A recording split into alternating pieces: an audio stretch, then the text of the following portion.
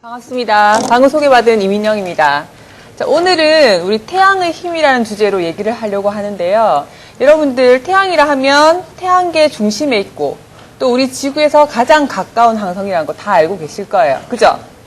네. 근데 이건 말고 우리 이 태양이 우리 지구에 주는 효과와 얼마나 좋은 장점 그리고 어떠한 많은 응용 분야들을 가지고 있는지에 대해서 얘기해 보고자 합니다. 자, 먼저 우리 태양에 대한 얘기를 하기 전에요. 조금 이 그림을 한번 봐주세요. 자, 제일 왼쪽에는 어떤 공장이 돌고 있습니다. 연기가 나고 있고요. 그 다음 배가 움직이고 있어요. 그리고 따뜻하게 하기 위해서 가열을 하고 있고요. 또 어떠한 기계를 움직이고 있습니다. 이러한 것들의 공통점이 있어요. 어떠한 것이 있어야만 이런 작동들을 다 할 수가 있습니다. 어떠한 것이 필요할까요? 네, 에너지. 네, 에너지입니다. 여러분들이 다 알고 있는 이런 에너지 중에서요. 우리가 이 에너지라고 하면 실질적으로 일을 할 수 있는 능력이에요. 일을 할 수 있는 능력인데 이 에너지의 기원은 거의 50만 년 전에 불의 역사부터 시작이 됩니다. 이 불이라고 하면 우리 사람이 일을 할 수 있는 능력 외에 제일 최초로 개발한 에너지인데요. 이런 불 같은 경우 우리가 불을 발견하기 이전에는 음식도 날로 먹고 밤에는 나가지 못했어요. 어두우니까. 하지만 불을 발견한 이후로는 밤에도 생활할 수 있었고 또 멀리 이동도 할 수 있었고 또 우리가 음식을 익혀 먹을 수도 있었습니다. 음식을 익혀 먹으면서 병이 걸리지도 않고요. 건강한 생활을 할 수 있게 되고 또 우리 음식을 익혀 먹을 때 어떠한 흙 위에 익혀 먹다 보니까 흙이 불에 구워지면 단단해진다는 것도 알게 되어서 토기가 나오게 되었습니다. 그리고 또 그것뿐만 아니라 우리 청동 같은 경우에는 불이 사용하기 이전에도 사용이 되었지만 이 불이 사용으로 인해서 철기 문화까지 발견이 하게 되었어요. 그래서 우리가 최초의 이 불의 역사를 아주 크게 보고 있는데요. 이런 불의 역사를 비롯을 해서 우리가 농사를 지을 때 사람의 힘으로는 굉장히 힘듭니다. 하지만 우리가 가축을 빌어서 이런 물건을 나르기도 하고 혹은 농사를 짓는데 사용을 하기도 합니다. 또 우리 바람의 힘을 이용을 해서 배를 움직이기도 하고 또 풍차를 돌리기도 해요. 그리고 물을 이용해서 물레방아를 돌려서 곡식을 빻기도 합니다. 이런 식으로 많은 에너지를 이용을 하고 있는데요. 이때에는 대부분의 나무를 이용해서 이제 불을 지폈습니다. 이 나무를 이용하다 보니까 실질적으로 나무는 이용하는 분야가 굉장히 많아요. 나무로 집을 지을 수도 있고 또 다양한 분야도 있는데 나무를 점점점 베어서 이렇게 불을 떼다 보니까 나무가 계속 없어지는 거예요. 또 이런 나무를 떼어서 하는 것이 효율이 그렇게 크지 못한데 석탄이라는 게 나오게 됩니다. 석탄이 발견이 되면서 획기적인 발전이 되었어요. 이 석탄이 나무에 비해서 너무 효율이 좋다 보니까 점점 더 석탄을 캐려고 철로라는 게 만들어지게 되었습니다. 철로가 만들어지면서 기차에 석탄을 싣고 나와서 이제 석탄을 운반을 하게 되고요. 또 이 석탄을 이용해서 물을 끓여서 우리 증기기관차라고 하는 증기기관도 만들어지게 됩니다.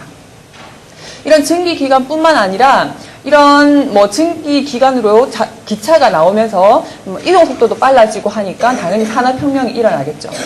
그리고 또 나온 것이 석유입니다. 석유 같은 경우는 우리 대단한 발견인데요. 여러분 다 알고 있다시피 자동차, 비행기, 이런 이동수단의, 교통수단의 연료로 쓸 뿐만 아니라 여러분들 지금 입고 계신 옷, 그리고 플라스틱 제품, 화장품, 약 같은 모든 용도에 이 석유 제품이 이용이 됩니다. 그래서 아주 많은 곳에 사용이 되고 있고 우리가 지금 이런 생활을 영위해 나갈 수 있는 것도 이런 석유의 발전이라고 볼 수 있습니다. 근데 이런 석유도 문제점이 있죠. 지금 환경오염이라든지 이런 문제점 때문에 다른 이제 에너지들이 개발되고 있는데요. 그 중에 하나가 이런 방사능의 발견, 원자력 에너지를 이용하는 것인데요.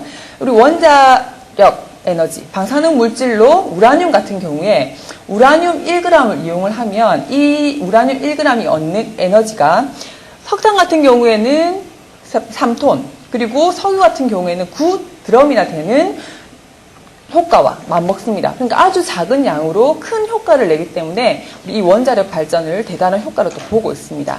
하지만 이런 원자력 발전도 이제 그 방사선 찌꺼기가 나오기 때문에 지금 현재는 이런 대체 에너지, 신재생 에너지로 또 다양한 연구가 진행되고 있는 것입니다. 근데 여기서 우리가 지금 현재 사용되고 있는 이런 불, 혹은 여러분들이 타고 오신 자동차 연료들 다 어떠한 에너지로 이용을 할까요? 이것들 중에서 네, 석유를 대부분 이용하죠. 석유나 석탄이 지금 주된 에너지인데 이러한 에너지를 혹시 뭐라고 하시는지 아십니까? 네, 화석연료입니다. 다들 잘 아시네요. 자, 이런 화석연료는 지금 현재 뭐 석유, 석탄, 천연가스 등이 있는데요. 지금 현재 사용되는 에너지 거의 85%를 차지하고 있는 양입니다. 그런데 문제점은 제가 조금 전에도 얘기했다시피 얼마 쓰지를 못해요. 석유 같은 경우에는 40년 정도 쓰면 이제 고갈되고요. 석탄 같은 경우도 200년이나 300년 정도가 지나면 사용할 수가 없습니다. 그리고 또 다른 문제점이 있죠. 제일 큰 문제점. 여러분 다 알고 계시는 환경오염입니다. 자, 우리 환경오염 중에서도 이러한 석유나 석탄을 사용하면서 일어나는 문제점이 지구를 점점점 더 따뜻하게 만드는 겁니다. 이런 효과를 무슨 효과라고 하죠? 네, 온실효과. 여러분들 다 온실 아실 거예요. 자, 온실. 우리 식물을 기르기 위해서 이런 비닐을 딱 만들어서 겨울에도 따뜻하게 식물이 자랄 수 있게 하는 것인데요. 이러한 비닐과 같은 효과를 하는 것이 지구에도 있습니다. 지구에도 있는데요. 네. 우리 지구를 보시면 이런 태양이 빛을 지구 쪽으로 내려주고 있습니다. 그래서 우리가 지금 따뜻하게 생활을 할 수 있는 것인데요. 빛을 내리쬐고 있을 때 일부는 대기권에 의해서 혹은 지구에 의해서 반사되어서 다시 우주 밖으로 나갑니다. 하지만 한 50% 정도는 지구 이 대기권으로 들어오게 돼요. 지표를 그래서 따뜻하게 만들어줍니다. 이렇게 따뜻하게 만들어주고 난 다음에 이러한 열들은 다시 열선 혹은 적외선으로 바뀌어서 외부로 방출되게 되는데요. 이때도 전부 다가 방출되는 것이 아니라 일부는 방출되고 한 50% 정도는 이 대기층에 있는 온실가스에 의해서 다시 또 지표로 들어와서 따뜻하게 데워주는 거예요. 그래서 이러한 온실가스들이 우리 온실에 있는 비닐과 같은 역할을 하게 되는 것인데요. 이런 온실가스, 좋은 걸까요? 나쁜 걸까요? 나쁜 거예요? 실질적으로는 좋은 겁니다. 실질적으로는 좋은 건데 문제점은 점점 더 이런 온실가스층이 두터워지고 있다는 데서 나오는 거죠. 만약에 우리 지구가 이런 온실효과가 없다면 화성과 같이요. 화성은 그러한 온실가스들이 거의 없습니다. 거의 희박하기 때문에 낮에는 화성의 온도가 거의 수십 도까지 올라가고요. 밤에는 마이너스 100도까지 내려가요. 그래서 우리 지구도 이러한 온실가스들이 없다면 낮에는 아주 덥고 밤에는 아주 춥기 때문에 사람이 살아가기에 적당한 환경이 될 수가 없습니다. 그래서 지금 현재 거의 0.03%의 이산화탄소 농도를 가지고 있는 현재 온실가스들에 의해서는 지금 대기가 거의 평균 온도가 지구가 15도 정도가 돼요. 이런 온도를 유지할 수 있는 이유가 이런 온실가스 때문인데요. 이제 점점 문제가 되고 있는 것은 이런 온실가스가 짙어진다는 겁니다. 많아진다는 거예요. 그럼 많아지면 무슨 문제가 있을까요? 네, 뜨거워지죠. 이 금성과 같이요. 금성의 이산화탄소 농도는 거의 96% 정도가 됩니다. 그럼 여기는 평균 온도가 420도 정도가 돼요. 물론 태양과 가까운 것도 있지만 이런 이산화탄소층이 태양으로 맡은 열을 절대로 밖으로 보내질 않는 겁니다. 내부로 꽁꽁 싸놓고 있기 때문에 항상 뜨거운 상태가 되는 거죠. 그래서 지구도 점점 이산화탄소층이 두꺼워진다면 이러한 온도가 지금 평균 15도 정도 되는 온도가 점점 더 높아져서 결국은 어디까지 갈지는 아무도 예상 못하겠죠. 자, 지금 현재 이 내역을 보면요. 거의 65만 년 전보다 지금 현재 이산화탄소 농도가 27%나 증가하였습니다. 그 정도로 증가된 것을 이 그래프로 볼 수 있는데요. 예전 한 1860년대에는 지구 평균 온도가 13.6도밖에 안 됐어요.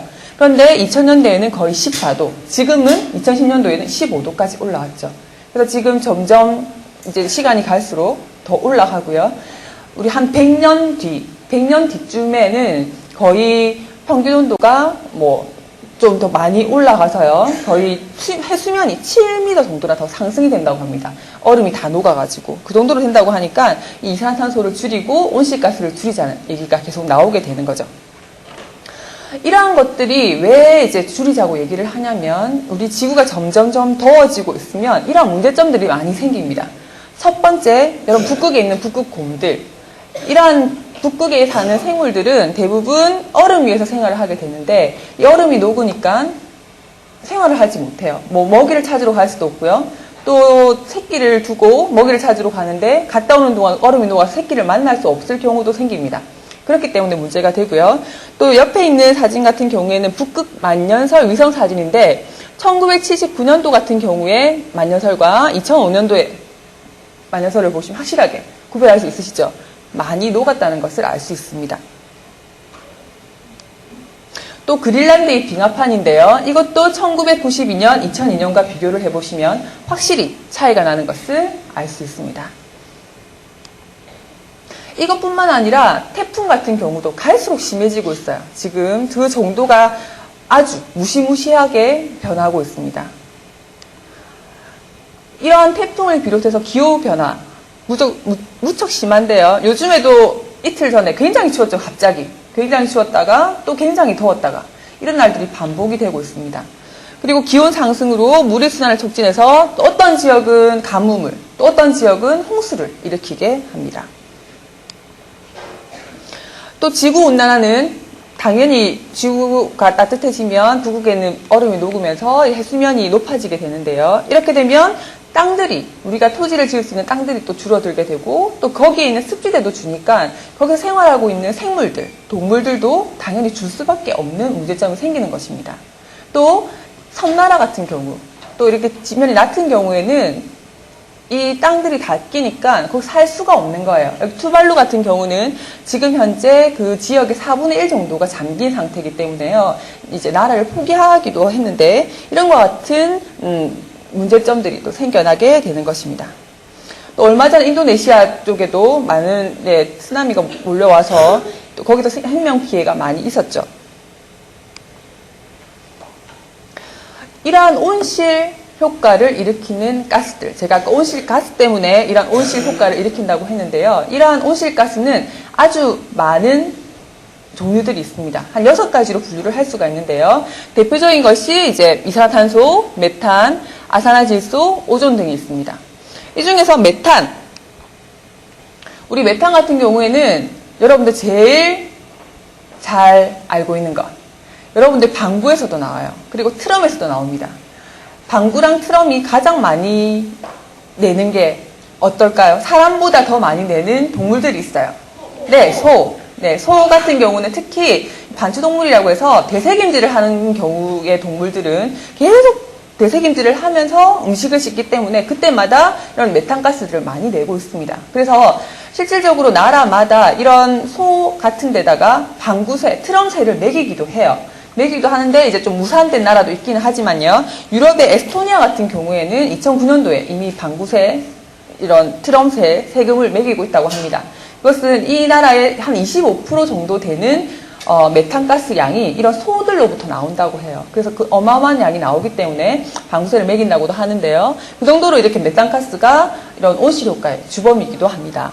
그 외에 이제 우리가 가장 많이 사용되고 가장 많이 우리가 배출하고 있는 것이 이산화탄소죠. 이산화탄소고요. 이런 이산화탄소는 우리가 숨을 쉴 때도 나오긴 하지만 그건 아주 작은 양이고요. 그 외에 자동차 혹은 이렇게 불을 떼거나 하는데 많이 에너지를 사용하는 데서 많이 방출되고 있습니다. 그 외에 이제 프레온 가스들, 냉매를 사용하는 데서 나오는 프레온 가스들도 이러한 온실가스의 주범입니다. 실질적으로 이 온실가스 중에서 가장 많은 비율을 차지하고 있는 것은 이산화탄소예요. 이산화탄소가 거의 56%를 차지하고 있는데요. 근데 이산화탄소는 그 온실가스를 일으키는 정도는 그렇게 높지는 않습니다. 그러니까 메탄이 이산화탄소의 22배 정도로 더 크게 온실가스 역할을, 지구를 따뜻하게 하는 역할을 하기는 하지만 너무 많은 비중이 이산화탄소를 차지하고 있기 때문에 이 이산화탄소를 줄이자는 이산화탄소에 대한 얘기가 계속 나오고 있게 되는 거죠. 메탄보다 이산화탄소에 대한 얘기가 많이 나오고 있는 이유가 주로 우리가 방출하고 있는 것들이 이산화탄소이기 때문에 그렇습니다. 실질적으로 사람이 없었다면 거의 우리 지금 현재 증가된 80%에 되는 이산화탄소 양이 없다고 그래요. 사람이 지금 생겨나서 산업혁명이 일어나고 석탄과 석유를 개발하면서 사용함으로 인해서 이산화탄소 배출량이 거의 80%가 더 많아졌다고 합니다. 그래서 우리가 지금 탄소 발자국이라고 해서요, 에너지를 사용할 때 나오는 이산화탄소 양인데요, 성인 1인당 이산화탄소 배출량이 1년에 약 10톤이나 된다고 합니다. 이렇게 어마어마한 양을 배출하기 때문에 이런 이산화탄소를 줄이자는 얘기가 나오게 되는 거죠. 실질적으로 이런 탄소 발자국을 줄일 수 있는 일들은 너무나 많습니다. 우리가 필요 없는 것들은 뽑으면 됩니다. 플러그. 너무 쉬운 얘기인데 하기 힘들죠. 플러그를 뽑으면 되고요. 컴퓨터 같은 경우에도 스크린세이버보다는 슬림 모드로 하는 방식이 좋고, 또 장바구니 이용하자. 이것은 이제 비닐봉지 같은 경우에 사용을 하면 이게 14개의 거의 자동차 1.6km를 달리는데 필요한 석유량이 해당이 되니까요. 그만큼 우리가 비닐봉지를 사용하면 많은 이산화탄소를 배출하게 되는 것이죠. 그래서 장바구니를 사용하자는 얘기도 나오게 되고, 또 우리가 사용하고 있는 종이는 꼭 재활용을 해서 다시 쓸 수 있게끔 만드는 것이 중요합니다. 이것 외에도 수없이 많아요. 가까운 거리는 걸어 다니는 것도 있을 수 있겠고요. 또 자동차 같은 경우는 좀 탈 수 있으면 덜 움직이는 것도 좋겠고요. 이것뿐만 아니라 다른 것 중에, 그리고 우리가 가장 많이 지금 활발하게 연구되고 있는 것이 대체 에너지 개발입니다. 이 대체 에너지 개발은 여러분들 다 잘 알고 계실 거예요. 지금 현재 실질적으로는 처음에 그냥 대체 에너지, 왜냐하면 이러한 것들이 안 좋으니까 석탄과 석유가 너무 좋은 발전들을 많이 일으켜 왔지만 지금 환경적으로 안 좋은 영향을 미치니까 이것들을 대체하자는 의미에서 태어났지만, 그 의미보다는 대체하는 의미 말고 조금 더 청정하게, 좀 더 깨끗하게, 좀 더 친환경적인 에너지를 찾자는 의미가 더 대두되고 있습니다. 그래서 환경적으로 영향이 없는 태양, 물, 바람 이런 것들을 이용한 에너지가 나오게 되는 것이죠. 이 중에서 우리가 오늘 태양에 대한 얘기를 하려고 하는 것인데요. 태양 같은 경우는 여러분들 다 잘 알고 있다시피 이 지구의 109배나 되는 크기를 가지고 있고, 또 1억 5천만 킬로미터나 떨어진 곳에 위치하고 있지만 아주 큰 에너지를 방출하고 있습니다. 근데 이 자신이 방출하고 있는 에너지보다 우리 지구가 받는 양은 거의 22억 분의 1에 해당되는 아주 작은 양인데요. 이 양을 받는다 하더라도 문제는 우리가 사용하는 에너지 1만 배나 해당되는 양입니다. 그만큼 크다는 거예요. 그래서 우리가 이 태양을 잘만 이용하면 아주 다양한 분야에 잘 이용할 수 있겠다고 생각을 하고 이 태양 에너지를 연구를 하게 되는 것입니다. 태양이 할 수 있는 일, 우리 태양으로 뭘 할 수 있을까요? 태양으로 뭘 할 수 있을까요? 일광욕 일하셨어요? 네, 일광욕도 할 수 있고요. 또 빨래도 말릴 수 있고요. 여기 지금 보시면 아시겠지만 그림자 밝기도 할 수 있어요. 네, 그림자 밝기도 할 수 있고요. 여기 같은 경우는 돋보기를 이용해서 검정색 종이에 불을 피우고 있습니다. 지금 혹시 이런 장난들 다들 해보셨나요? 아니면 실험 시간에 하기도 하죠. 네, 이렇게 돋보기를 이용해서 빛을 모으는 작용을 하는 건데요. 이런 기본적인 것에서부터 시작을 해서 태양열 발전들이 이용되기도 합니다. 나올 수도 있습니다. 이러한 이제 구체적인 것 외에 빛에 반응하는 물질들을 또 보면요. 우리 피부 같은 거, 우리 피부도 햇볕 여름에 받으면 새까맣게 타죠. 새까맣게 타잖아요. 이런 피부도 빛에 의해서 반응하는 물질 중에 하나고요. 여러분 도로 위에 까는 아스팔트 같은 경우도 빛을 받으면 단단하게 경화가 돼요. 그래서 빛을 받으면 변하는 물질들입니다. 그리고 사진 필름 같은 것, 그리고 여러분들 생과실에 다니는 친구들은 청사진 수업을 해봤을 텐데요. 이런 청사진 같은 것도 다 빛에 반응하는 감각 물질들을 가지고 이용한 것입니다. 그리고 뒤에 두 개는 다들 아시죠? 태양광, 그리고 태양열, 그런 해당하는 각각 직결판들인데요. 태양광 전지와 태양열, 이것은 태양광 같은 경우에는 빛을 이용한 것이고, 태양열 같은 경우에는 열을 이용한 것입니다. 여기에 대해서 조금 더 얘기를 하도록 하겠습니다. 특히 태양광 전지에 대해서 얘기를 하려고 하는데요. 태양광 전지 같은 경우는 빛을 받으면 전자를 내어놓는 광전 효과에 의해서 만들어지는 것입니다. 빛을 금속판에 딱 비추면 여기 전자가 튀어나오면서 전기가 통하는 거죠. 실질적으로 반도체 물질인 것으로 만드는 것인데요. 태양으로 전지를 만든다고 해서 태양전지예요. 보통 이제 PN층으로 이루어져 있고요. 여기에 실질적으로는 뭐 플러스 마이너스 극이 없습니다. 그런데 빛을 비추면 N극과 P층으로 이제 플러스 극과 마이너스 극이 만들어지면서 실질적으로 얘기하면 이제 전자와 전공이 만들어지죠. 그래서 전기가 통하게 되는 것입니다. 태양광은 이러한 태양광의 특징은 제가 말씀드린 중요한 장점 외에도 단점들이 있기는 합니다. 태양이 잘 비추지 않는 곳, 혹은 이제 뭐 에너지 밀도가 낮기 때문에 좀 커야 된다는 것. 그런 문제점이 있긴 하지만 지금 하나, 둘씩 해결을 하고 있는 단계이기 때문에 여러 가지 연구가 진행되고 있고요. 그 중에 대표적인 걸로 여러분 다 알고 계시는 태양광 자동차. 지금 실질적으로 많이 제작이 되었어요. 물론 우리가 타고 다니는 것보다는 이제 컨셉용으로 지금 만들어진 차들이 많긴 한데요. 아주 멋진 디자인의 태양광 자동차들이 많이 나오고 있습니다. 여기 같은 경우도 이제 혼다에서 제작한 태양광 자동차고요. 요거 같은 경우에는 평소에는 타고 다니다가 이제 에너지가 모자라면 지붕 위에 높이 올려서 태양광을 받을 수 있게끔 하는 에너지 형태도 나오고 있어요. 자동차뿐만 아니라 스쿠터나 비행기도 나오고 있는데요. 실질적으로 2010년도에 솔라인 펄스호는 사람이 타고 26시간이나 운행을 했다고 합니다. 이번 2010년도 1월에요. 그 정도로 이제 태양광 전지를 이용해서 이제 다방면에 많이 사용이 되고 있는 것이죠. 그럼 태양광 충전기도 나오고 있습니다. 태양광 충전기 같은 경우에 핸드폰이라든지 다양한 뭐 디지털 카메라 이런 것들을 충전할 수 있는 것뿐만 아니라 이제 보통 우리 건전지도 충전할 수 있는 용도로 나오고 있습니다. 그럼 태양광 주택, 우리는 뭐, 이거는 이미 실용화되고 있는 데가 많죠. 일본 같은 경우에 지금 태양광 주택이 많은데요. 태양광 전지를 이용을 해서, 전기, 집안에 사용되는 모든 전기를 다 사용할 수 있게끔 하는 그런 형태의 태양광 주택입니다.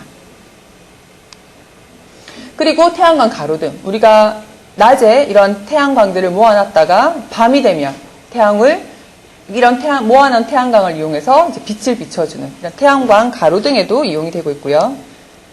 그 외에 이제 지금 현재 많이 개발되고 있는 것이 다양한 응용 분야가 조명, 그리고 블라인드뿐만 아니라 이건 다 보셨죠? 우리 자동차 뒤에 보면은 삥삥삥 움직이는 거. 이런 움직이는 인형에도 많이 움직이고 있고요. 그다음에 이거 같은 경우에는 옷이나 넥타이 같은 거에 태양광 전지판을 댑니다. 그러면 이 태양광 전지판에 연결된 전선에 의해서 우리 주머니 속에 뭐 휴대폰이나 뭐 이런 카세트 같은 걸 넣어놨을 때 충전을 시킬 수가 있는 그런 원리들이에요. 그래서 우리가 다양한 이런 응용품들을 만들 수가 있는데요. 여러분들도 오늘 이 설명을 잠시지만 들은 것을 바탕으로 해서 오늘 한 번쯤 이러한 태양의 힘을 이용을 해서 무엇을 할 수 있을까 하는 생각을 갖는 시간이 되었으면 좋겠습니다. 감사합니다.